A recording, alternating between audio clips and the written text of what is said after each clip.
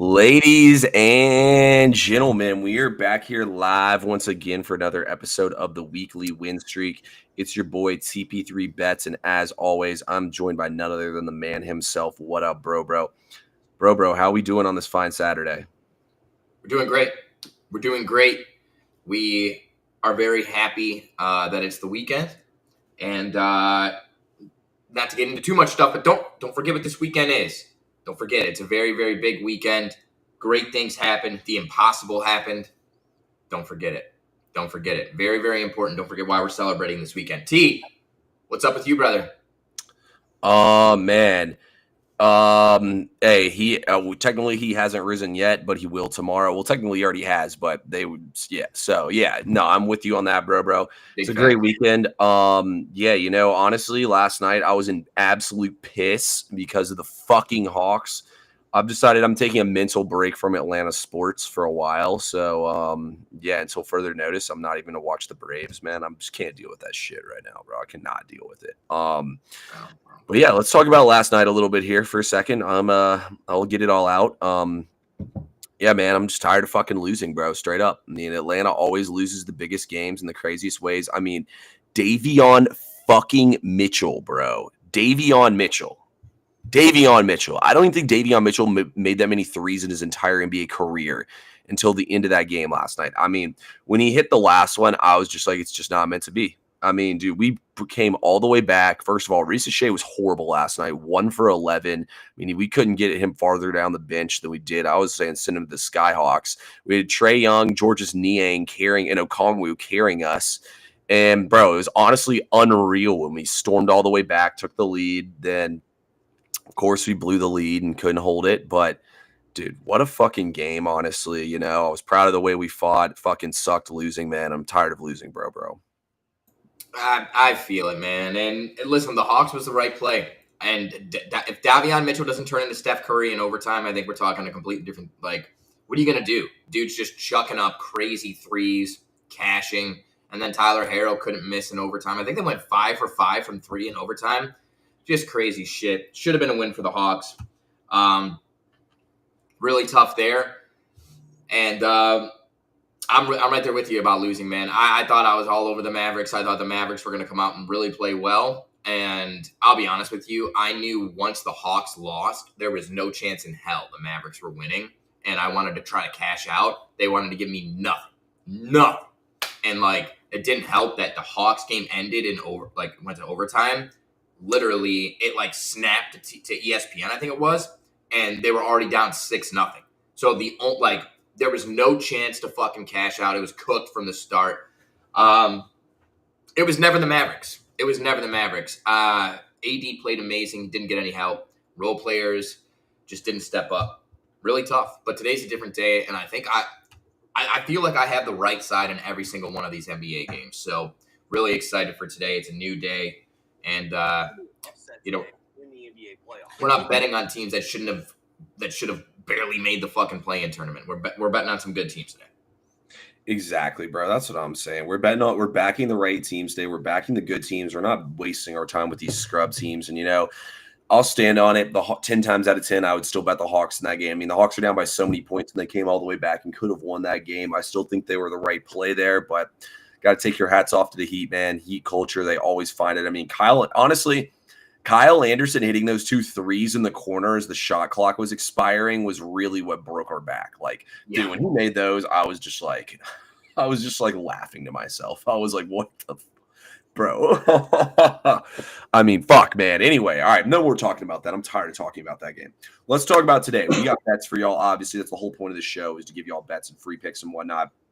You guys, if you're watching this on YouTube, if you're watching this on Twitter, hit the like button. Please hit the like button for us. That's all we ask. Hit the follow button on Bro as well. Bro's killing it. Y'all need to give him some love, so fucking follow Bro. That being said, if y'all want to get my $10 weekend pass, my max play, it is available. $10, you can get all my picks. I have 3 picks in the MLB, 4 in the NBA. All you have to do is click the link in my bio, guys. Go to Fan Basis and click on the $10 weekend pass. That's all you got to do. Or if you just want to get free picks, click the link and go to SoBet. Use the code CP3 and use the code Bro. We also have VIP packages over there, but I don't have $10 weekend pass over there. With that being said, let's get into the MLB today. Bro, give us the first pick. I know you're giving one in an early game. Yeah, I am, and I'm gonna do a pivot off of what I told you I was gonna give. I like that play a lot, but I have a lot better breakdown for this other play. So we're gonna go Toronto money line. I really like this Blue Jays team. I actually think they're pretty damn solid. They are one of the better defensive teams up the middle at shortstop, second base, and they obviously have great center fielder and left fielder. I mean, they have great outfield, honestly. But here's the deal. First of all, the Mariners are awful on the road. Okay, they're 2-7 on the road. Completely different team from the plate as well. Logan Gilbert is a really good pitcher. I'll give him that, but he's yet to pitch this year on the road. He's yet to pitch this year on the road, and last year he averaged a full run more earned per game on the road. 2.93 ERA at home last year and a 3.97 ERA on the road. At the same time, we're talking about Mr. Barrios for the Blue Jays.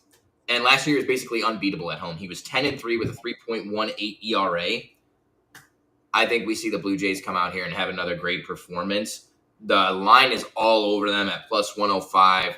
And I think you're getting great value there as well. So we're taking our brothers up north, eh? TP3, what do you say? And what is your MLB play of the day? Yeah, I like this look a lot. I'm pretty sure Seattle has the lowest scoring ballpark in the MLB this season, so I think that also adds a little extra value here for you as well. And then, so I like that angle for you. And then also on top of that, Toronto's hitting the ball a lot better right now than their opponent, so I think that helps them as well here. Seattle has swung the bats better on the road, but I do lean Toronto here. My numbers gave value on Toronto in this game today. It was close to making my card. For me, for the MLB, I'm going to go back to a play that me and Bro were both on yesterday, and we're going to go with Arizona and Chicago over the total in this game at 7.5. You look at both these offenses, you have two of the top six offenses in terms of batting average. Chicago is first, I believe Arizona's sixth in the last 8 games. Both these teams are top 5 in home runs, top 5 in runs scored. I mean, these are two of the best offenses in the MLB. And here's the angle I really like in this game. Arizona doesn't strike out a lot. They're second in the league in walks. Ben Brown has had one good start, and that's because he faced the Dodgers for a second time. I think he was able to adjust in that game. I don't think Ben Brown's really found it yet. Sure, he might not get shelled in this outing, but he's going to give up a couple of runs here, and Arizona's going to battle with him. They're going to go in there. They take a lot of pitches. They're going to make him throw strikes here and make him throw the pitches they want to see in this game. And so Chicago and Arizona both have bottom 6 bullpens in the MLB in terms of ERA right now. And both teams used a ton of arms up yesterday. I think we can get into the bullpens early here. We're going to see a ton of runs scored off those back ends of those bullpens like yesterday. Obviously not as many runs yesterday, but I think this game will have closer to 10 runs in it. And Zach Gallen has always been a very good home pitcher, but terrible on the road. He's on the road here in the start. He's off a good home start. I think he's going to get hit in this game. Give me runs in this game. Chicago already smacked him around in the first game of the season. Yeah, I really, really like that play a lot. 7.5 is such an overreaction to the wind not blowing out like it was yesterday. You had 15 to 25 mile per hour sustained winds out yesterday. Marginal winds in today at like 5 miles per hour. But I totally agree with one, both of these bullpens are garbage. Two, I don't think either of these starting pitchers are going to get very far into this game. I think 5 innings, maybe 6 max. And they had to use so many arms yesterday. So many arms got used yesterday. You're just going to be struggling to find quality pitching at the end of this rotation in the bullpen. I love the play, and it's 7.5, right? Yeah. There's just so much value there, so much value, and Gallen is garbage on the road. So, guys, there's a ton of other plays, obviously, in the MLB. You can get them all over on our VIPs or on our paid pages, whether it's SoBet, whether it's fan bases for TP3 and SoBet. Make sure you're signing up. Make sure you're getting over there. We have plays from start to finish today. TP3, I got a lotto for the people in the MLB that I advertised. If you want to give away another player like a home run prop after, certainly would love it. We do what's called scratch off Saturdays, and it's just a fun way to enjoy the fucking weekend. A lot of this what we do, especially TP3 and I, is concise, formulated betting. We're not just fucking shooting, throwing darts and launching as many units as we can at things and firing parlays all day. But every once in a while, it's nice to have fun. We do this for fun too. And that's what this Scratch Off Saturday is trying to encourage, is to have fun with things. So don't go crazy with this, but a small sprinkle, 4-leg MLB money line parlay. We got the Blue Jays money line. I gave it away to you already. Reds money line. They got Hunter Green going today, I really think. And then Baltimore's pitching a rookie. Really like the Reds on the money line. Mets money line, kind of self-explanatory. And then Padres money line today. That's the 4 legs. You can use a boost on DraftKings and get this over plus 1,400. So really, really like that. T, do you have any other plays in the MLB? Any lotto information, home runs, or anything you want to give out, or you want to roll to the NBA? Man, let's roll to the NBA. Let's get it. Let's keep popping over here. Hoops, baby, hoops. Okay, T. Sure. So we got games all fucking day, and I know that the folks want to hear a little bit of insight from each game. So we do have plays we're going to give out, but we're going to start each game and kind of just talk about each game briefly and go from there. We got the Bucks. We got the Pacers. TP3, what are you thinking for this NBA Saturday matinee matchup? Man, for this NBA Saturday matchup, I personally think the Bucks are live to win this game outright. Now, my plays are on the total here, but I still like Milwaukee in this game. Giannis absolutely owns this Pacers team. He's balled out on them multiple times in the past. I don't see how he doesn't destroy them inside in this game again. Indiana's pretty weak defensively against him, and they've really made this team to put shooters around Giannis and let Giannis run everything with Dame out of there. And the one place they really struggled was against point guards. We know the Bucks hate Halliburton and whatnot. I think they walk in here, come in here, focus the veteran team, and get the dub. So I like Milwaukee to win this game.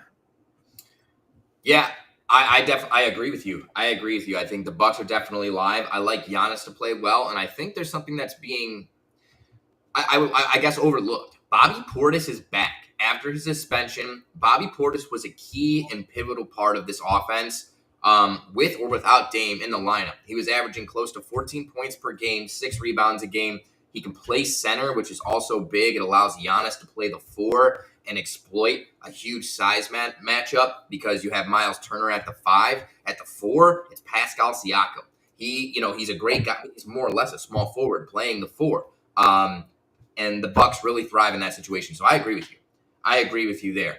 We move on to the next game, which is the Nugs, which I enjoy breaking them down, rolling them up. We have the Nugs, the Clippers. T, what say you in this game? What is this? Oh, he's already got the jersey on. Look at the back. Is it James? Oh, it's the beast. It's the goat. The beard, baby. Nah, man, come on. Give me the Clippers in this game. We'll take them plus 2.5. Clippers are favored to win this series right now. I just don't think the Denver Nuggets are really that good. I mean, you look at the end of their season, they played terribly until they started playing teams who didn't care anymore. I mean, is Jamal Murray really 100%? I'm a little skeptical there as well. It's like they needed him back. I don't know, man. I can't buy into what Denver's got going on right now. Their defense isn't really that great. You look at the Clippers, they're one of the best teams in the league to close out the season. Once they got Kawhi Leonard out, they literally graded out as a top 3 team in the league. Only the Celtics and Thunder graded higher than them.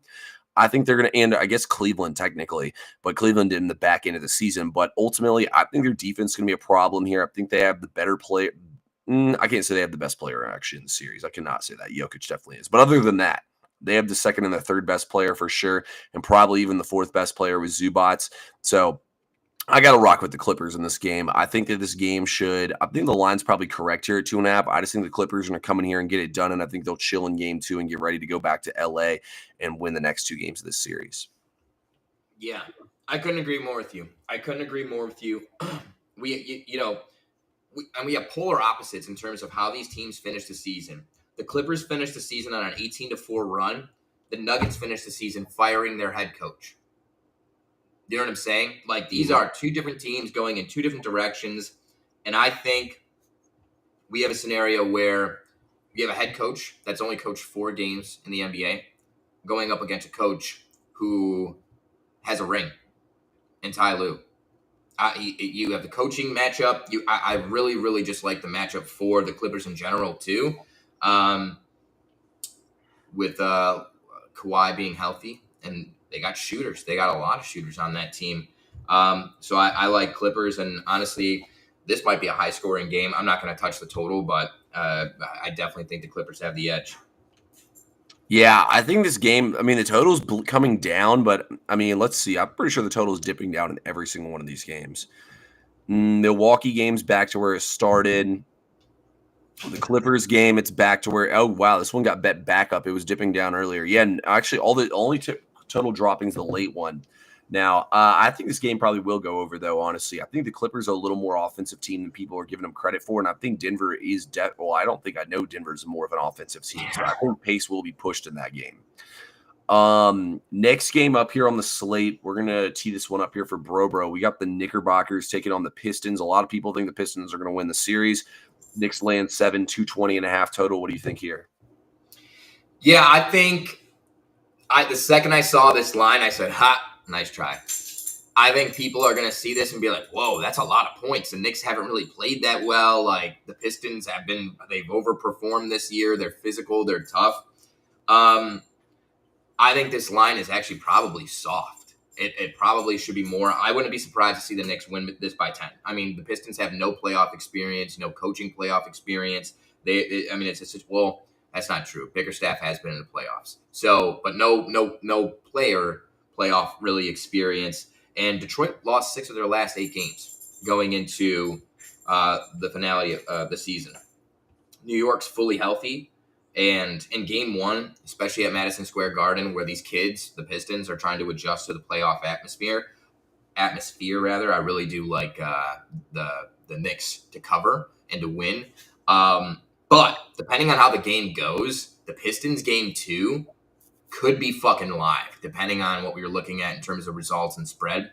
But in game 1, I like the Knicks. T, what about you? Man, I think that everyone picking the Pistons here, this is like that trendy underdog in March Madness that gets absolutely slaughtered. If the Vegas really thought the Pistons had a chance here, the line would be 5.5. And the Pistons don't have a chance in this game, guys.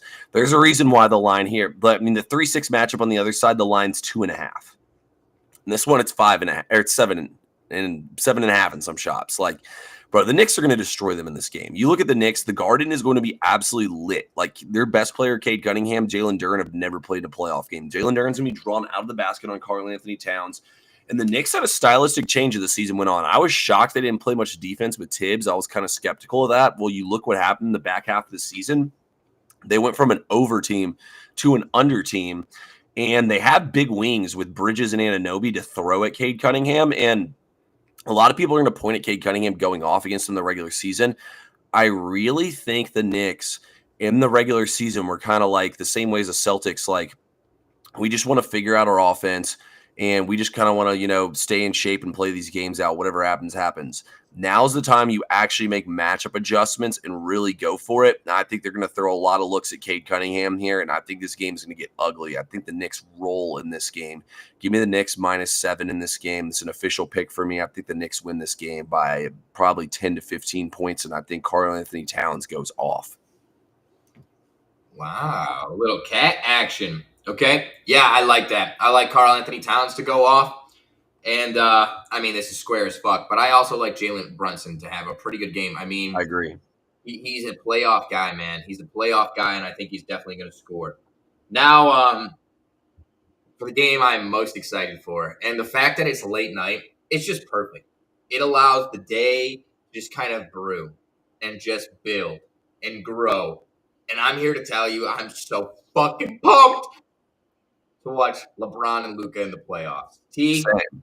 Oh, T, what are you thinking in this game? Oh, man.